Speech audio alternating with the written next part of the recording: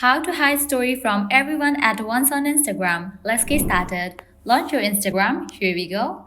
With that, you will land to the home page. Now, at the top left corner, you can find the option of your story. Open it.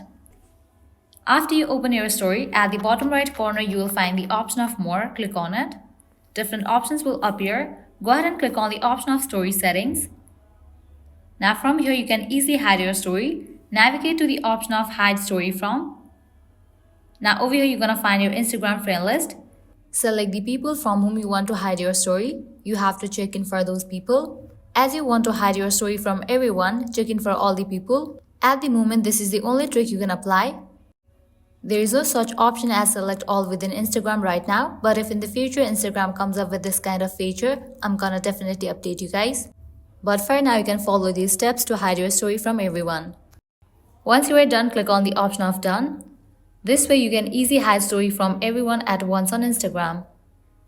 Well, that's a wrap for this video. At the end, if you guys find this video helpful, don't forget to like, share and subscribe to our channel. Thank you.